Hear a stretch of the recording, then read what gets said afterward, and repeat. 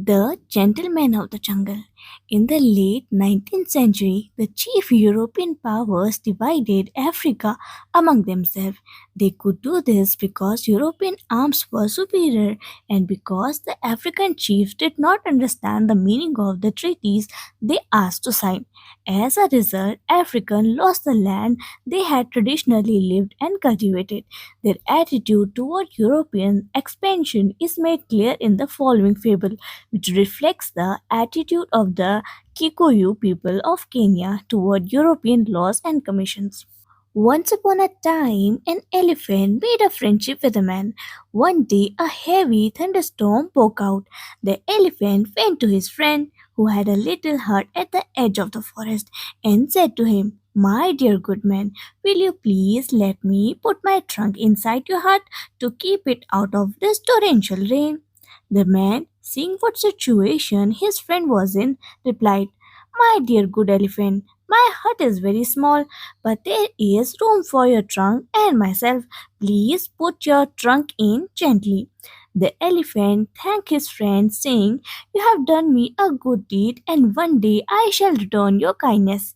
But what followed? As soon as the elephant put his trunk inside the hut, slowly he pushed his head inside and finally flung the man out in the rain and lay down comfortably inside his friend's hut, saying, "My dear good friend, your skin is harder than mine.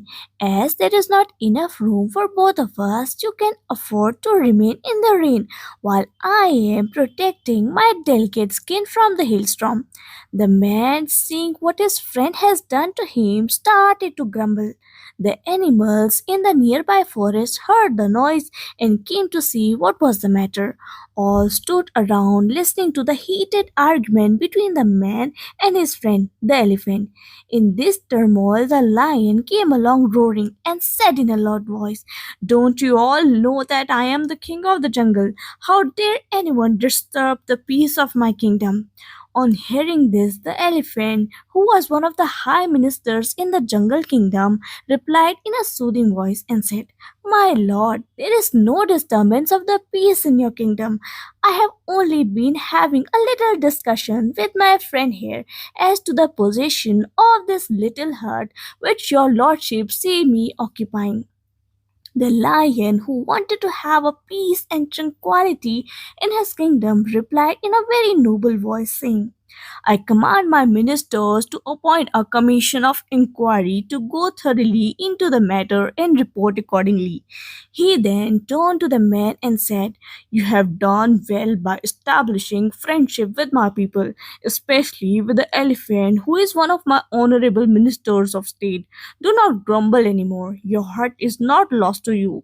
Wait until the sitting of my imperial commission, and there you will be given plenty of opportunity to state your case. I am sure you will be pleased with the findings of the commission."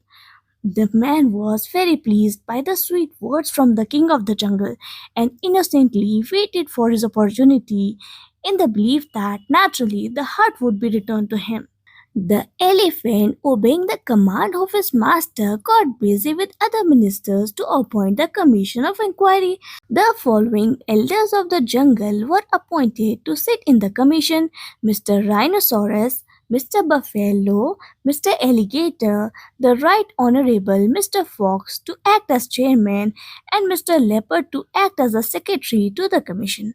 On seeing the personnel, the man protested and asked if it was not necessary to include in this commission a member from his side, but he was told that it was impossible since no one from his side was well educated and understand the intricacies of jungle law. Further, that there was nothing to fear, for the members of the commission were all men of repute for their impartiality in justice, and they were gentlemen chosen by God to look after the interest of the race less adequately endowed with teeth and claws, and he might rest assured that they would investigate the matter with the greatest care and report impartiality. The commission sat down to take the evidence. The Right Honorable Mr. Elephant was first called. He came along with a superior air. Gentlemen of the jungle, there is no need for me to waste your valuable time in relating a story which I am sure you all know.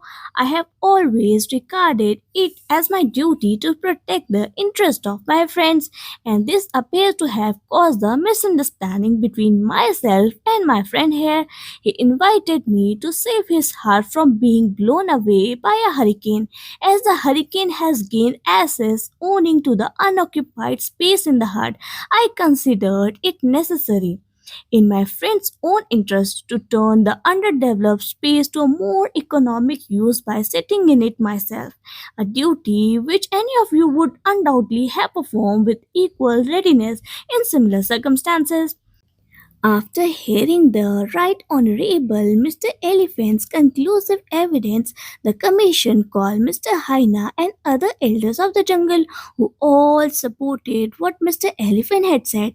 They then called the man, who began to give his own account of the dispute, but the Commission cut him short, saying, "My good man, please confine yourself to relevant issues. We have already heard the circumstances from various unbiased sources.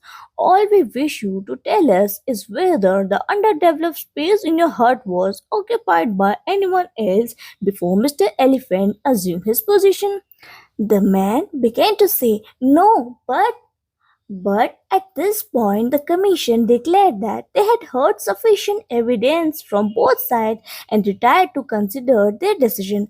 After enjoying a delicious meal at the expense of the Right Honorable Mr. Elephant, they reached their verdict, called the man, and declared as follows: "In our opinion, this dispute has arisen through a regrettable misunderstanding due to the backwardness of your ideas.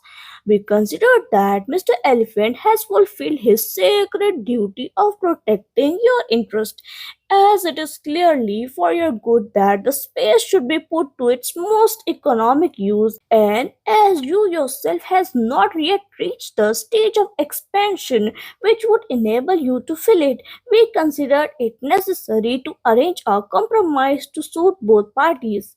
Mr. Elephant shall continue his occupation of your hut, but we give you permission to look for a site where you can build another hut more suited to your needs, and we will see that you are well protected."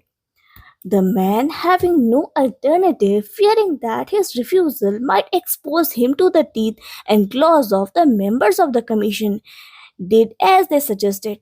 But no sooner had he built another hut than Mr. Rhinoceros charged in with his horn lowered and ordered the man to quit. A royal commission was again appointed to look into the matter, and the same findings was given. This procedure was repeated until Mr. Buffalo, Mr. Leopard, Mr. Hyena, and the rest were all accommodated with the new huts. Then the man decided that he must adopt an effective method of protection, since commissions of inquiry did not seem to be any use to him. He sat down and said, "There is nothing that threads on the earth that cannot be trapped, or in other words, you can fool people for a time, but not forever." Early one morning, when the huts already occupied by the jungle lords were all beginning to decay and fall to pieces, he went out and built a bigger and better hut a little distance away. No sooner had Mr. Rhinoceros has seen it, he came rushing in, only to find that Mr. Elephant was already inside, sound asleep. Mr. Leopard next came in at the window. Mr. Lion, Mr. Fox, and Mr. Buffalo entered the doors, while Mr. Hyena howled for a place in the shade, and Mr. Alligator basked on the roof. Presently, they all began disputing about their rights of penetration, and from disputing, they came to fighting. And while they were all embroiled together, the man set the hut on fire and burnt it to the ground, jungle lords and all. Then he went home saying, "Peace is costly, but it's worth the expense," and lived happily after.